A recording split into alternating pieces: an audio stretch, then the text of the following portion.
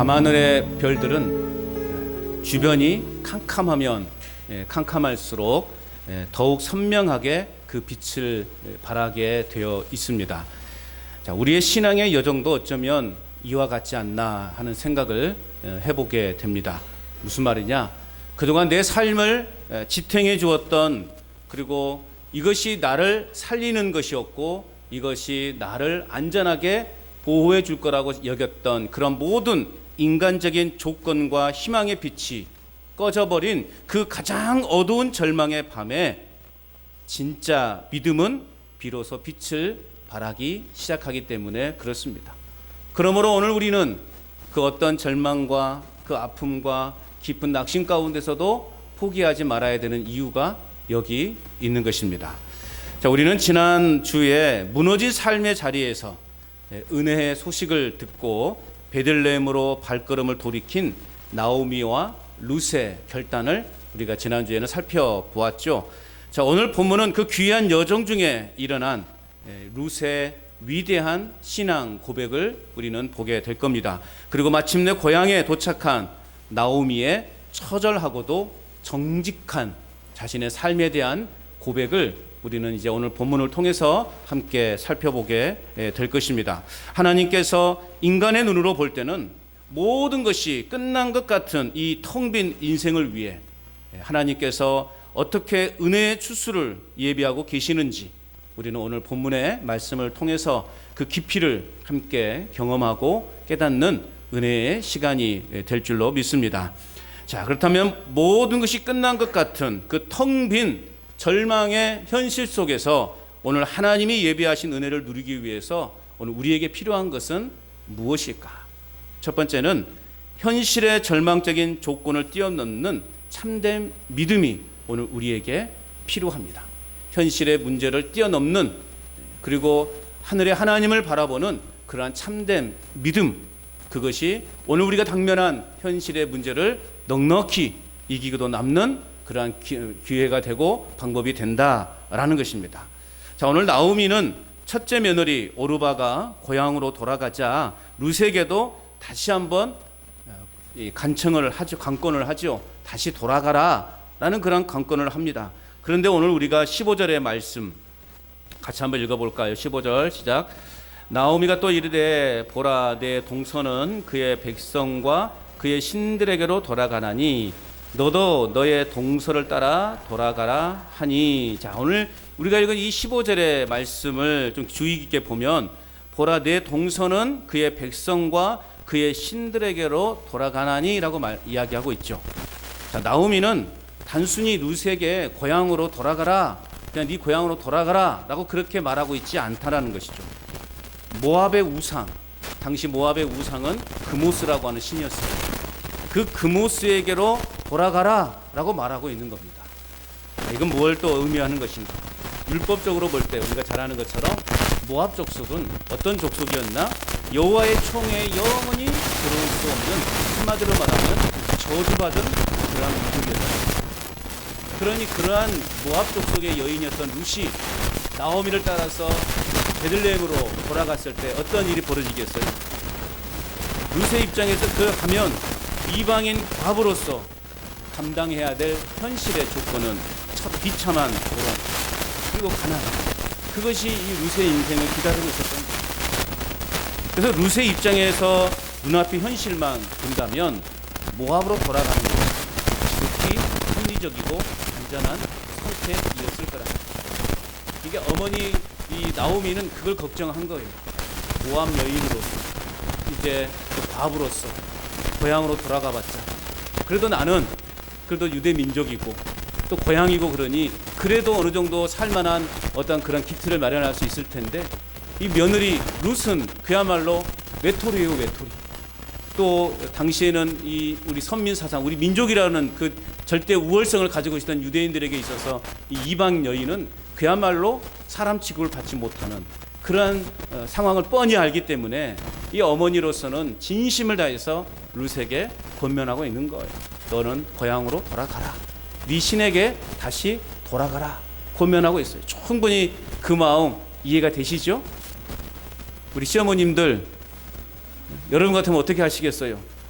너는 죽어도 우리 집안에서 뼈를 묻어야 된다. 너는 가야 된다. 그렇게 가시겠어요? 아니면 이 나오미처럼 가봤자 뻔히 고생할 것이 눈에 선하잖아요. 네 고향으로 돌아가라. 친정으로 돌아가라. 그렇게 말씀하시겠죠? 절대 나는 그러지 못해. 너는 우리 집안에 귀신이 돼야 돼. 그렇게 예전에 많이 그렇게 이야기했죠. 너는 한번 시집온 너는 그 며느리니 우리 집안에 귀신이 되어야 된다고 막 그렇게 예전에 많이 이야기했잖아요. 자, 나오미는 그런 심정이 아니라 진심을 다해서 이 룻에게 권면하고 있는 거예요. 그런데 룻은 어떤 선택을 합니까? 오늘 16절, 17절 룻은 정말 구약 성경 전체를 통틀어서 가장 위대한 신앙 고백 중 하나를 쏟아냅니다. 한번 우리 읽어볼까요? 16절, 17절. 오늘 이 룻의 신앙 고백이 오늘 저와 여러분의 신앙 고백이 되어야 할 줄로 믿습니다. 자, 그런 마음으로 다시 한번 간절한 마음을 가지고 같이 읽어보겠습니다. 시작. 룻이 이르되 내게 어머니를 떠나며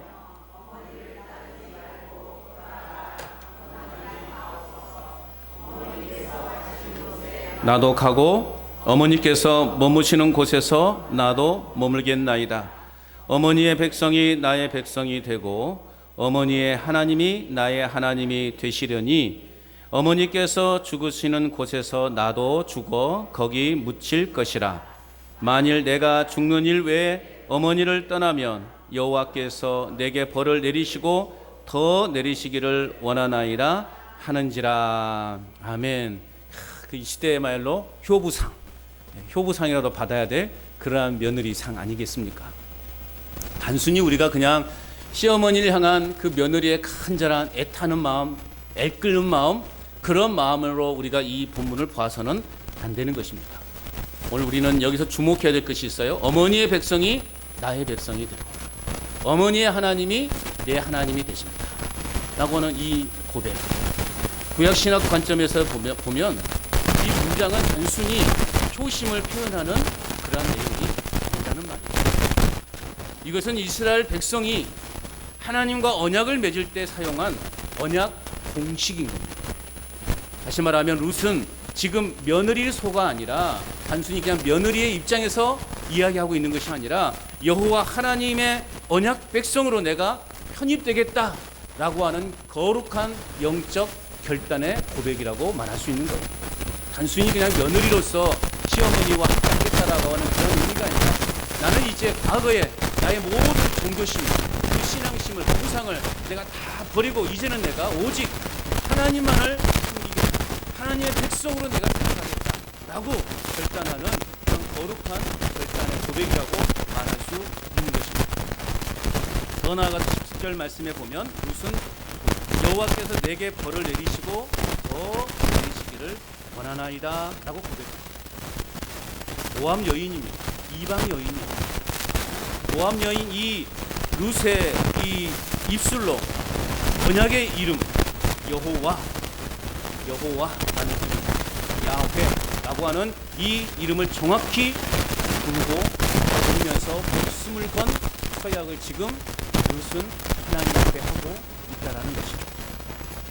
자신의 피 속에 흐르는 모압의 핏줄, 그리고 과거의 우상, 그리고 비참한 육신의 그 조건들을 모두 내가 이제 십자가에 못 박고 오직 이스라엘의 하나님이라는 그 은혜의 날개 아래 내가 온전히 접붙임을 받겠다라고 하는 결사적인 선언이다라고 그렇게 우리가 이해할 수 있겠습니다. 우리가 예수님을 믿기로 작정했다면 이것은 결사적인 내가 이제 과거의 모든 습관들, 내가 과거의 모든 성격들, 또 내가 예전에 가졌던 그 모든 것들을 다 이제는 십자가 앞에 내려놓고 내가 오직 이제는 예수 그분만을 내가 바라보며 예수 그리스도만 내가 온전히 내 삶의 주인으로 인정하겠습니다 라고 하는 그 결단이 우리에게 분명히 있어야 됩니다. 대충 신앙생활 하려고 하지 마시고 내가 대충 그냥 예수님 믿고 교회 다니면서 나 천국 백성 되었다 그렇게 생각하지 마시라는 우리에게는 분명한 결단과 믿음의 고백이 우리에게 있어야 돼요. 평생 내가 교회 다니면 뭐합니까?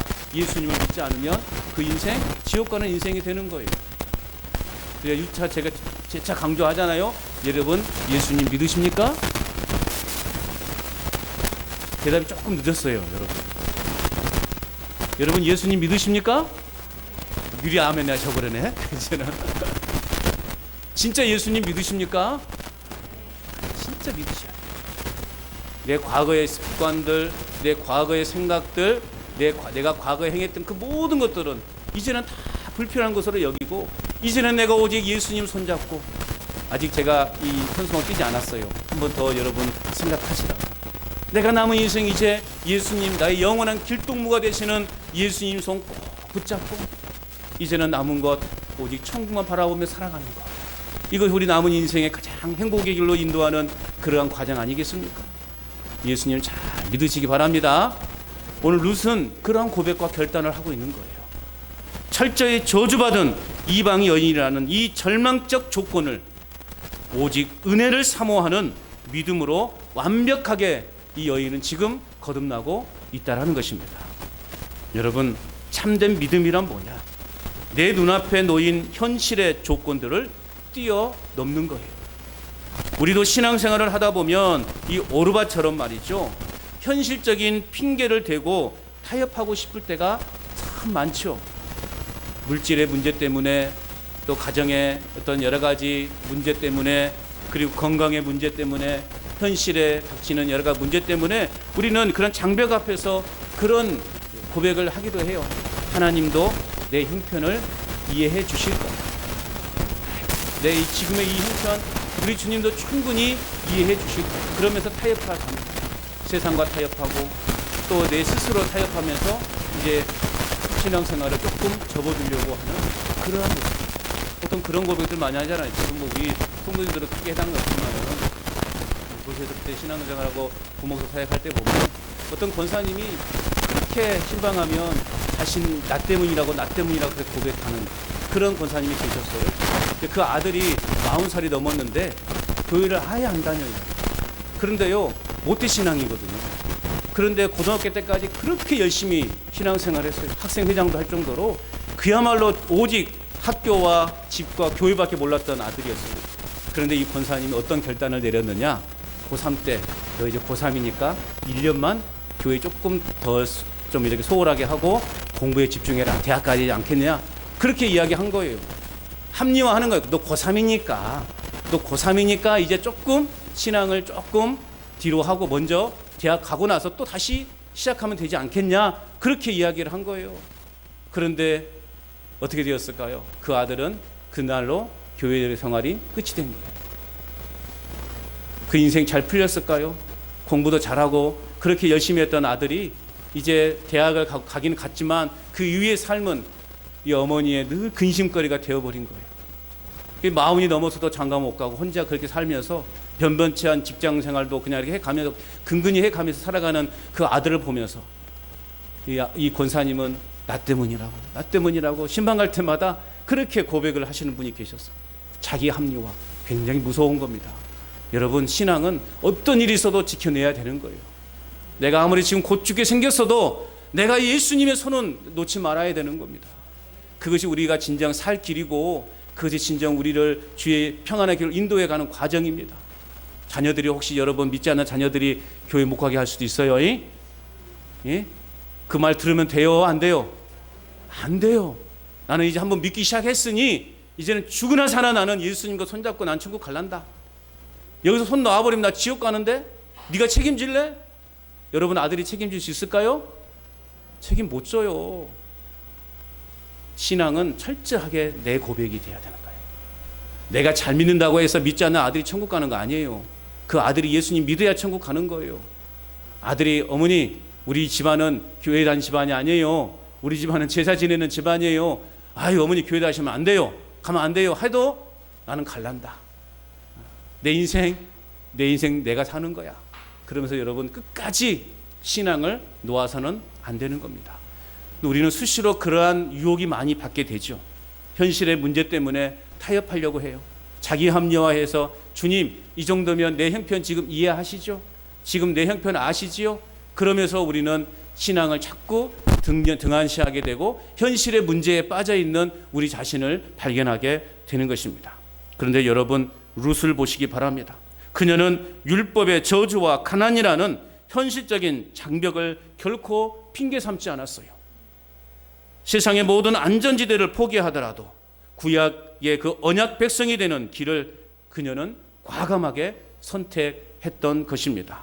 여러분, 내 삶의 조건이 어떠하든 십자가의 은혜만을 나의 유일한 소망으로 붙잡는 참된 믿음이 바로 우리 모두의 믿음이 될 수 있기를 주님의 이름으로 축복합니다. 자, 또한 모든 것이 끝난 것 같은 이 텅 빈 절망의 현실 속에서 하나님이 예비하신 은혜를 누리기 위해서 우리에게 먼저 필요한 것은 무엇일까? 두 번째는요, 내 안에 철저한 실패를 인정하는 정직한 고백이 필요합니다. 우리가 하나님 앞에서는 늘 정직해야 돼요. 하나님 앞에서는 내 마음이 진실해야 됩니다. 왜요? 하나님은 이미 다 알고 계시니. 내가 하나님 앞에서 아무리 감추려고 해보십시오. 감춰지는가? 감춰지지 않습니다. 자, 모압을 떠난 두 여인이 마침내 약속의 땅 베들레헴에 도착했습니다. 몇 년 만에 귀환입니까? 10년 만에 귀환입니다. 온 성읍이 떠들썩하면서 묻습니다. 이가 나오미냐? 자, 요즘 다시 고향으로 돌아오는 그러한 분들이 많이 계시죠. 예, 고향을 떠났다가 몇십 년 만에 다시 고향으로 돌아온 분이 있을 때 우리가 보통 마을 사람들이 묻죠. 아이고, 누구 댁이요? 무슨 댁이요? 뭐 간전 댁이요? 뭐 안음 댁이요? 그렇게 묻죠. 그렇게 옛날에 생각에 있어서 그게 물어요. 아, 누구 자식 아니요? 그렇게 묻죠. 오늘 나오미도 10년 만에 고향으로 돌아왔어요. 그러니까 온 동네, 베들레헴 온 동네 사람들이 묻는 거예요. 나오미가 아니냐? 나오미 아니냐? 라고 그렇게 물어요. 나오미라고 하는 이름의 뜻은 뭐냐? 나의 기쁨, 즐거움이라고 하는 뜻을 담고 있어요. 10년 전 재산을 가득 싸들고 고향을 떠났던 그 기쁨의 여인이 이제는 어떤 모습으로 돌아왔습니까? 남편과 두 아들을 다 잃고 남루한 이방 며느리 하나만 데리고 늙고 병든 몸으로 나타난 거예요. 여러분, 우리가 보통 고향으로 다시 돌아오게 될 때 어떤 마음으로 돌아옵니까? 마치 막 성공하고 그리고 내가 할 만큼 다 하고 재산도 막 어느 정도 늘리고 막 그런 상태에 돌아오면 그냥 어깨가 그냥 어깨뽕이 막 올라가고 돌아오죠. 자신감 있게 들어와요.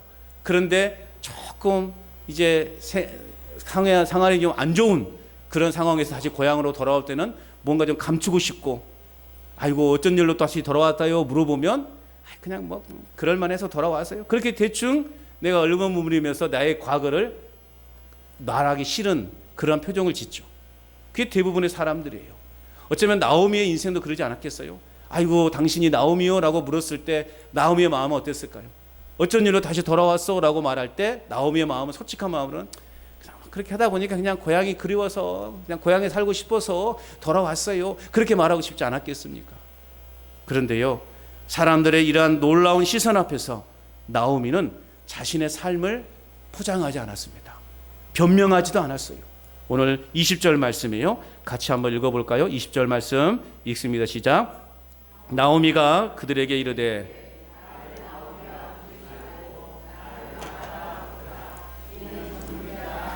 심히 괴롭게 하셨음이니라. 자, 나를 기쁨이라고 부르지 말라라는 거예요. 나오미라고 하는 이름의 뜻은 나의 기쁨이다라고 그래 포함되어 있다고 그랬죠. 나의 기쁨, 즐거움이라는 뜻을 갖고 있다고 그랬죠. 근데 오늘 나오미가 뭐라고 말하고 있어요? 나를 이제 더 이상 기쁨이라고 부르지 말아라. 나를 괴로움, 쓴물이라고 불러라. 그렇게 말하고 있는 거예요. 마라는 출애굽한 이스라엘 백성들이 광야에서 만난 써서 마실 수 없는 물을 상징하는 거예요. 즉 내 인생은 이제 기쁨이 아니라는 거예요. 내 인생은 더 이상 기쁨의 인생이 아니라 도저히 마실 수 없는 쓴물과 같이 망가져버린 철저한 자기 객관화라고 이야기할 수 있습니다. 나오미는 결코 자신의 삶에 대해서 포장하지 않았어요. 변명하지도 않았어요. 솔직하게 고백하고 있는 거예요.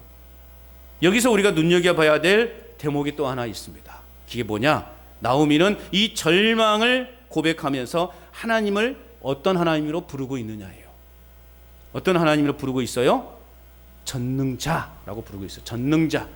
무슨 말이냐? 엘샤다이라는 말이죠. 엘샤다이. 구약에서는 이 전능자라는 말이 48번 등장해요. 그런데 욥기에서 31번이 나와요. 그런데 오늘 이 짧은 룻기에서 2번 나와요. 오늘 20절과 21절의 말씀에 보면 나오미는 고백하는 거예요. 20절 하반절에 전능자가 나를 심히 괴롭게 하셨다. 그리고 21절 중반절에 보면 나를 징벌하셨고 전능자가 나를 괴롭게 하셨거늘. 전능자, 엘샤다이, 이게 무슨 뜻입니까? 모든 사람들의 생사화복 그리고 자연현상을 주관하시는 능력 있는 자의 모습을 우리는 엘샤다이, 전능자라고 말합니다. 또한 죄된 인간을 친히 주권적으로 심판하시는 분, 그래서 엘샤다이, 전능자라고 그렇게 사용하고 있어요. 자, 나오미는 오늘 뭐라고 고백하고 있어요? 내가 풍족하게 나갔더니 전능자께서 내게 텅 빈 채로 돌아오게 하셨다라고 고백하고 있는 거예요. 철저하게 하나님이 하셨다. 하나님이 나를 흥하게도 하시고 나를 망하게도 하시는 분이다 라는 고백이에요. 우리는 보통 하나님은 흥하게만 하셔야 돼요. 그렇게 여러분 고백하지 않습니까? 우리 하나님은 보통 나에게 늘 축복만 주셔야 되는 것이고 나에게 사랑만 부어주셔야 되는 것이고 내가 잘 되게끔만 인도해 가셔야 되는 하나님을 우리는 보통 믿고 살아요. 근데 우리 하나님은요, 우리를 흥하게도 하시고 망하게도 하시는 하나님이심을 믿으시기 바랍니다. 하나님은 우리를 흥하게도 하시고 망하게도 하시는 하나님이라는 거예요. 오늘 나오미는 철저하게 그런 고백을 하고 있어요. 하나님이 나를 흥하게도 하시고 하나님이 나를 망하게도 하시는 하나님, 전능자 엘샤다이, 이렇게 고백하고 있는 것입니다. 내 인생을 망하게 한 것은 운이 나빠서가 아니라 세상을 의지했던 그 내 죄악을 다스리시는 전능자의 징계였음을 철저히 지금 수용하고 있는 겁니다. 여러분, 누가 이런 고백하기가 사실 쉽지 않아요. 얼마나 마을 사람들 앞에 얼마나 부끄럽겠습니까? 어쩌면 속으로 이 나오미에 대해서 이렇게 이야기했을 때 꼴 좋네. 그때 그렇게 좋다고 나가더만 아이고 참 잘됐다. 그렇게 아마 이 나오미에 대해서 좋지 않은 이 생각을 갖고 있는 사람들도 분명 있었을 거예요. 그런 사람들을 앞에서 나오미는 자신을 철저하게 변호하지 않고 자신을 감추지 않고 있는 모습 그대로 하나님이 하셨다라고 하는 것을 분명하게 고백하고 있는 것입니다. 여러분, 은혜의 문은, 축복의 문은 언제 열리게 될까요? 내 힘으로 무언가를 할 수 있다는 그 알량한 자존심과 그 포장을 벗어버릴 때 비로소 축복의 문이 그리고 은혜의 문이 열리게 됨을 믿으시기 바랍니다.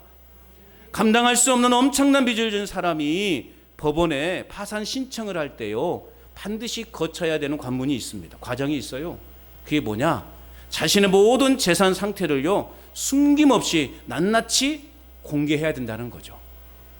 체면을 지키겠다고 알량한 재산을 뒤로 숨기거나 변명하면 결코 빚을 탕감받을 수 없다라는 거예요.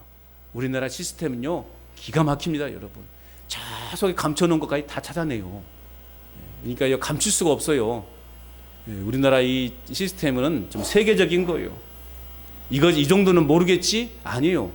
다 검색하고 다 뒤져보면 다 찾아내는 것이 우리나라 시스템이에요. 그러니 여러분, 내가 제 법원 앞에서 정말 내가 이제 파산 신고를 할 때, 나 이제 아무것도 할 수 없는데 할 때는 내 모든 전 재산 다 봐보세요. 한번 까보세요. 아무것도 없다라는 것을 증명해낼 수 있어야 되는 거예요.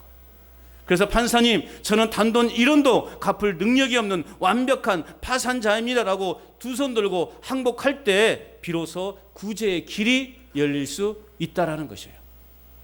여러분, 하나님 앞에서도 마찬가지입니다. 내 삶이 철저히 무너졌을 때 우리는 십자가 앞에 나의 철저한 영적 파산을 정직하게 선언할 수 있어야 되는 거예요. 오늘 나오미가 자신의 그 과거의 삶을 포장하거나 변명하지 않고 하나님께서 이 모든 것을 하셨다라고 고백했던 것처럼 우리도 그렇게 나의 모든 것을 고백할 수 있어야 돼요. 예수님께서도 말씀하실 때 심령이 가난한 자는 복이 있나니 천국이 그들의 것입니다. 내 심령이 늘 가난한 마음, 내 마음이 늘 비워 있어야 하나님께서 우리에게 새로운 은혜를 부어주시는 거예요. 내 마음이 깨끗하게 청소되어 있어야 하나님의 새로운 은혜를 계속 공급해 주시는 거예요. 음식을 담는 우리가 음식을 담기 위해서는 깨끗해져 있어야 돼요. 그래야 우리는 새로운 음식을 담고 그 음식에 목을 쓰는 거예요. 우리 마음도 마찬가지입니다. 은혜가 늘 지난번에 말씀을 드렸죠. 우리 은혜가 우리 속에만 차고 있으면 이 은혜가 어떻게 된다고 그랬어요? 은혜도 변질돼요, 여러분. 그러니까 은혜를 많이 받은 사람이 괜히 교회에 적이 되고 또 목사의 대적을 하게 되고 그런 일들이 발생하게 되고 공동체를 무너뜨리는 일이 발생하게 되는 거예요. 은혜 받은 사람이 은혜 받았다라고 말하는 사람 왜 그래요? 그 은혜를 흘려보내지 못해요. 그냥 차곡차곡 쌓아놓고 있다 보니 이게 썩어가지고 부패되어가지고 말이죠. 그런 부작용을 나타낼 수 있는 거예요. 그래서 오늘 우리는 우리가 받은 은혜를 어떻게 해야 돼요? 자꾸 흘려보내야 돼요. 흘려보내고 또 흘려보내서 내 마음이 깨끗하게 비어 있어야 하나님의 은혜가 또 새로운 은혜가 우리의 삶의 가정에 우리 교회에 채워지게 되는 거예요. 그러므로 나는 영적으로 텅 비어서 아무런 선한 것이 없는 죄인이고 오직 주님의 은혜가 아니면 나는 한순간도 살 수 없는 연약한 존재라는 것을 우리는 믿음으로 고백하며 살아가야 합니다. 알량한 자존심의 그 옷을 과감하게 벗어버려야 되는 것입니다. 내세울 것 없는 나의 실패를 인정하고 십자가 앞에 엎드리는 자만이 나를 다시 살릴 수 있는 하나님의 은혜를 온전히 누릴 수 있음을 여러분 믿으시기 바랍니다. 모든 것이 끝난 것 같은 그 텅 빈 절망의 현실 속에서 하나님의 예비하신 은혜를 누리기 위해서 우리에게 먼저 필요한 것이 무엇일까? 마지막 세 번째는요, 텅 빈 그곳에 풍성함을 예비하신 주님을 바라보는 시선이 우리에게 필요합니다. 죽으나 사나 우리는 주님만을 바라봐야 되는 거예요. 주님만을 바라보는 그 시선을 절대 다른 곳으로 돌려서는 안 돼요. 주님만 바라보는 자만이 사는 거예요. 나오미는 21절에서 뭐라고 말하고 고백하고 있어요? 여호와께서 나를 비어 돌아오게 하셨다. 절망을 노래했습니다. 비어 돌아오게 하셨다. 비어 해당하는 히브리어 단어는 레캄이라고 하는 단어인데요. 무슨 뜻이냐? 빈손으로 텅 빈 아무것도 없는 이라고 하는 뜻이에요. 문자 그대로 오늘 주머니에 먼지 하나 없이 텅텅 빈 완벽한 무일푼의 상태. 결국 이 나오미의 인생은 인간의 눈으로 보면 그야말로 철저한 마침표예요. 끝이에요, 끝. 그런데 성령님께서는 오늘 룻기의 저자를 통해서 1장 마지막 22절에서 너무나 기가 막힌 반전의 드라마를 조용히 세팅해 두셨다라는 것이죠. 이게 하나님의 놀라운 기적이에요. 22절 하반절 다 함께 읽어볼까요? 그들이부터 시작. 그들이 보리 추수할 시작할 때에 베들레헴에 이르렀더라. 그들이 보리 추수 시작할 때에 베들레헴에 이르렀더라. 나오미는 자신의 삶이 완전히 끝났고 텅 비었다고 울부짖었지만 그녀의 터덜거리는 발걸음이 도착한 곳에는 이미 황금빛 보리 추수가 시작되고 있었다라는 겁니다. 베들레헴에 10년 동안 내렸던 하나님의 징계가 끝나고 이제 마침내 은혜의 양식이 쏟아지는 추수 때가 고려한 것입니다.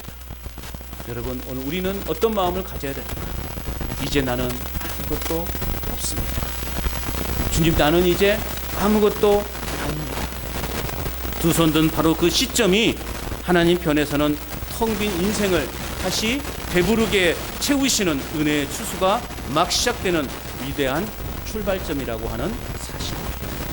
오늘 우리는 늘 주님 앞에 섰을 때 이런 찬양이 흘러나와야 돼요. 나는 아무것도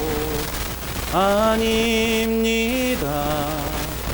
주님의 사랑이 없으면 나는 아무것도 모릅니다. 주님의 지혜가 없으면 나는 아무것도 못합니다. 주님의 능력이 없으면 나는 한순간도 못 삽니다. 주님의 생명이 없으면. 할렐루야. 이런 믿음의 고백이 우리는 매일 우리의 입술 통해서 흘러나와야 되는 거예요. 이런 믿음의 고백이 있을 때 절망에 빠진 우리에게 새로운 생명과 피할 수 있는 길을 열어주시는 하나님의 그 크신 은혜를 경험하게 될 줄로 확실히 믿습니다. 여러분, 오늘 본문에 소개되고 있는 보리추수는 결코 우연이 아닙니다. 훗날 루시 추수밭에서 유력한 구속자 보아스를 만나게 되죠. 그리고 그 계보를 통해서 생명의 떡으로 오신 예수 그리스도께서 탄생하시는 영광스러운 구원의 역사에 그 거대한 서막이 열리는 것입니다.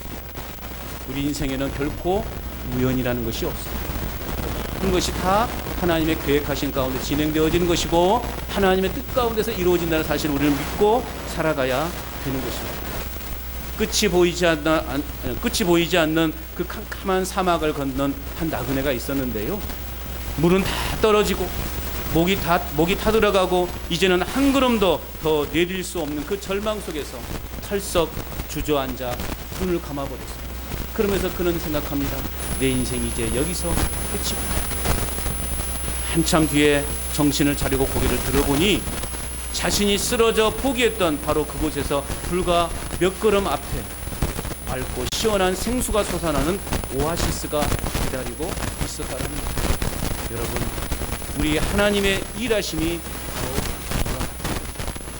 나오미가 절망의 쓴물을 마시며 통곡한 그 자리는 그 인생, 망한 인생이 아니라 그 인생 끝이 아니라 주님의 풍성한 단물이 쏟아지는 은혜의 추수밭 한 복판이었다라고 하는 사실. 때로는 우리의 삶이 보리추수가 시작된 것을 깨닫지 못한 채 여전히 우리는 우리 빈손만 바라보며 절망하고 낙심하고 탄식하는 나오미와 같을 때가 우리에게도 있죠. 그럴 때 우리는 눈을 들어 나를 위해 십자가에서 모든 것을 내어주신 주님을 바라볼 수 있어야 됩니다. 내 빈손만 바라보면 하염없이 통곡만 나오고 탄식만 나오고 한숨만 나오고, 그러나 내 빈손을 바라보는 것이 아니라 나를 위해서 십자가에서 죽으신 그 예수님의 그 놀라운 사랑의 상징인 십자가를 바라볼 때 하나님은 우리에게 넉넉히 피할 길을 가르쳐 주시고 우리에게 나갈 길을 가르쳐 주시고 우리를 절망의 늪에서 건져내어 주실 줄로 확실히 믿습니다. 우리가 모든 것을 잃었다고 고백하는 그 절망의 지점에서 하나님은 이미 우리를 살리실 십자가의 풍성한 은혜를 완벽하게 예배해놓고 계시다는 사실, 우리는 다시 한번 믿음의 눈으로 바라볼 수 있어야 하는 것입니다. 여러분, 지금 여러분의 삶은 어떤 조건에 둘러싸여 있습니까? 해결되지 않는 현실의 장벽 앞에서 꼭 좌절하고 계시지는 않습니다. 아니면 모든 것을 잃고 텅 빈 마라와 같은 심정으로 지금 혹 이 자리에 앉아 있지는 않습니다. 그런 문제로 지금 여러분 고민과 괴로움 속에 빠져 있는 것은 아닙니다. 도무지 해결의 기미가 보이지 않는 이 현실의 문제 속에서 절망하고 낙심하고 불안해하며 염려하는 가운데 지금 서 있지는 않습니다. 오늘 이방 여인 룻처럼 세상의 모든 핑계와 조건을 뛰어넘어 오직 십자가의 은혜만을 굳게 붙잡는 그 믿음을 삶을 살아가겠노라. 오늘 다시 한번 여러분 하나님 앞에서 결단하시기를 바랍니다. 하나님 앞에서 주님, 저는 영적으로 파산한 자입니다 라고 정직하게 나의 무능을 고백할 수 있어야 되는 것입니다. 우리가 나의 실패를 인정하고 십자가를 붙잡을 때, 그리고 우리의 시선을 주님께만 고정할 때, 내가 텅 빈 바로 그 자리에 이미 나를 위해 은혜의 추수를 이미 시작하고 계시는 하나님의 놀라운 승리를 우리는 발견하게 될 것입니다. 그러므로 절망의 현실을 뛰어넘어 주님이 예비하신 그 풍성한 은혜의 밭에서 여러분 참된 생명과 회복을 누리는 우리 사랑하는 모든 간전제일의 성도님들 되시기를 주님의 이름으로 축원합니다.